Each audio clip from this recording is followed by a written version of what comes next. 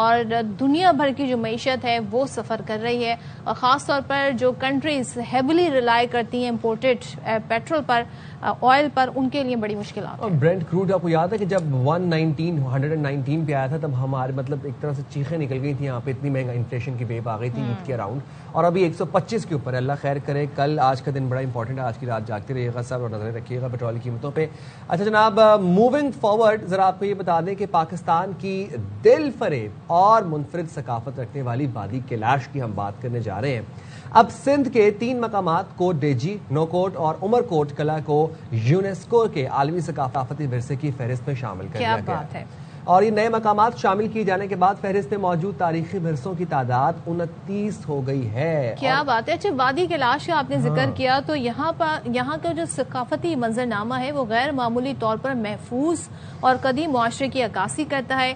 اچھا، یہاں کی جو جیوگرافی ہے اگر اس کی بات کریں تو یہاں پر اسے ایک منفرد اور ایک بڑی امپورٹنٹ حیثیت ہے اس کی یونیسکو کا۔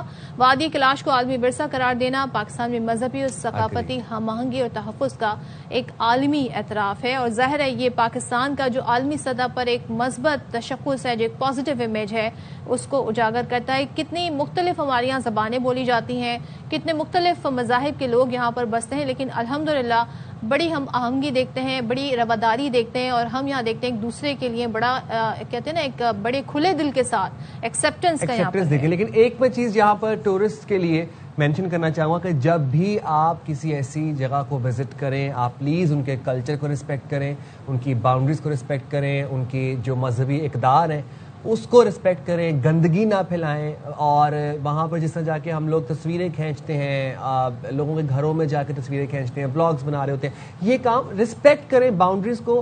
ہر کسی کی اپنی باؤنڈریز ہوتی ہیں۔ آپ کسی دوسرے ملک میں جائیں نا، اسپیشلی اگر میں یو اے ای کی بات کروں تو وہاں پر جی آپ راہ چلتے کسی کی تصویر نہیں لے سکتے، کسی کی پکچر نہیں بنا سکتے، اس میں باقاعدہ آپ کو جرمانہ ہو سکتا ہے۔ ویلاگنگ کریں، اپنے جو بھی اپنا کہتے ہیں نا انفلوئنسر ہیں، تو اگر آپ ویڈیو بناتے ہیں، ریلز بناتے ہیں، وہ بنائیں، لیکن کسی اور شخص کی بغیر اجازت آپ پکچر نہیں لے سکتے ہیں۔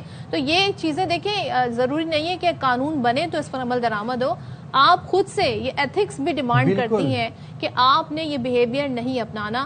تو یہ ایک تھوڑی سی ریکویسٹ تھی جو ہم اپنے پلیٹ فارم سے کر رہے تھے۔ چلیں جی، ساری صورتحال میں بات کر لیتے ہیں۔ ہمارے D G archaeology and museum Khyber Pakhtunkhwa doctor Abdul Samad صاحب موجود ہیں۔ Thank you so much doctor Abdul Samad join کرنے کے لیے۔ ہم یہ دیکھ رہے ہیں کہ ایک پوری یہاں پر میں کمیونٹی کا ذکر کروں گی، اس کی جو ایک ثقافت ہے اس کو یونیسکو کی عارضی فہرست میں شامل کیا گیا ہے۔ کتنی امپورٹنس ہے اس کی، اور کتنا ہوپ فل ایک پاکستان کے لیے ہم ایک ایسا امیج دیکھ رہے ہیں جہاں پہ ظاہر ہے جب اس طرح کی رپورٹس جائیں گی تو اور ٹورزم جو ہے اس کو فروغ ملے گا، مزید فارن ٹورسٹ یہاں پر آئیں گے۔ بہت شکریہ جی، آپ نے ڈائیورسٹی کی بات کی، پاکستان کی ڈائیورسٹی بہت زیادہ ہے، ڈفرینٹ زبانیں بولی جاتی ہیں۔ تو کیلاش کمیونٹی دنیا میں ایک یونیک ایک خطہ ہے، ایک کمیونٹی ہے جس کی اپنی ایک بولی ہے، زبان ہے، اپنا وے آف کلچر ہے، لائف ہے، اور اس کی تقریباً 4200 کے قریب تعداد رہ چکی ہے، اور 3 ویلیز میں یہ رہتے ہیں۔ تو پچھلے کئی سالوں سے تقریباً 10 سالوں سے ہم کوشش کر رہے تھے کہ اس کو انٹرنیشنل ریکگنیشن ملے، یونیسکو کی ٹینٹیٹیو لسٹ پہ آ جائے۔ تو یہ ہمیں پاکستان کی خیبر پختونخوا حکومت کی بہت بڑی کامیابی ہے کہ یہ ٹینٹیٹیو لسٹ پہ آ گئی ہے۔ اس کے پیچھے بہت بڑا بیک گراؤنڈ ہے، بہت سارے ڈاکومنٹیشنز ہیں، اس کے لوازمات پوری کرنے ہیں۔ کی پی گورنمنٹ نے یہاں پہ ایک اسپیشل پرپز اتھارٹی بنائی ہے کیلاش ویلی کو۔ اس سے یہ ہوگا کہ فوکس ہوگا کیلاش کمیونٹی کے لوگوں پہ ہوگا۔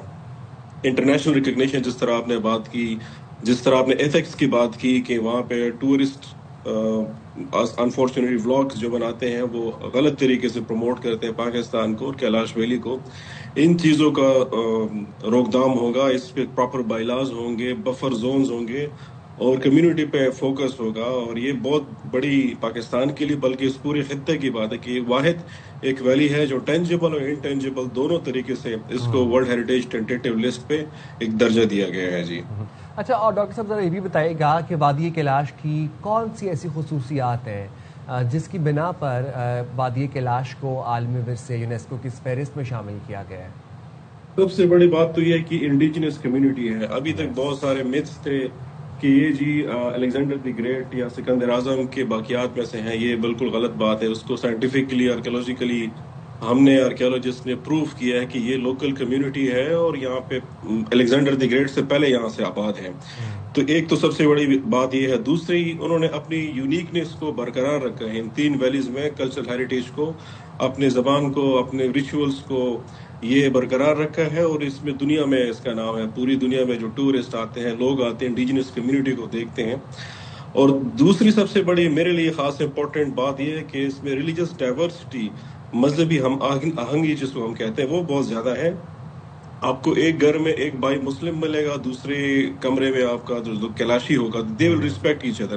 آپ کو کبھی بھی وہاں پہ نہیں لگے گا کہ مذہب کے لحاظ سے, مذہب کی وجہ سے کسی کانفلکٹ کی وجہ بنی ہو, بلکہ یہ رمضان میں ایک دوسرے کی رسپیکٹ کرتے ہیں, روزے رکھتے ہیں, وہ رسپیکٹ کرتے ہیں. اگر جوشی یا کوئی اور فیسٹیول ہے تو کمیونٹی ہے, مسلمان کمیونٹی, وہ اس کا خیال رکھتی ہے. تو یہ پاکستان کا جو امیج ہے انٹرنیشنلی, اس سے اجاگر ہوگا, پتہ چلے گا کہ جو ٹالرنس ہے, بالکل جو کنسپٹ ہے ریلیجس ٹالرنس ہے, وہ ادھر سے شروع ہو اور ابھی بھی یہاں پہ برقرار. تو there are so many things. ان کا آرکیٹیکچر اگر ہم ٹینجیبل بات کریں, ان کے ڈریسز کی بات کریں, اس کے ریچولز کی بات کریں, 42 کے قریب ڈفرینٹ ایسے ریچولز ہیں جو ابھی بھی صدیوں سے چلے آتے ہیں, جس کو پراپرلی ہم نے ڈاکومنٹ کیا ہے. یونیکنیس بات یہ ہے کہ یہ ٹینجیبل یعنی کلچر اور فزیکلی جو آپ کو نظر آتا ہے آرکیولوجیکل. ڈاکٹر صاحب ایک چیز اور بتائیے گا, اب ہم کے پی کی بات کر لیں, یہاں کے کون سے ایسے علاقے, مزید ایسے علاقے کون سے ہیں جنہیں عالمی ورثے میں شامل کروانے کے لیے کام کیا جا رہا ہے؟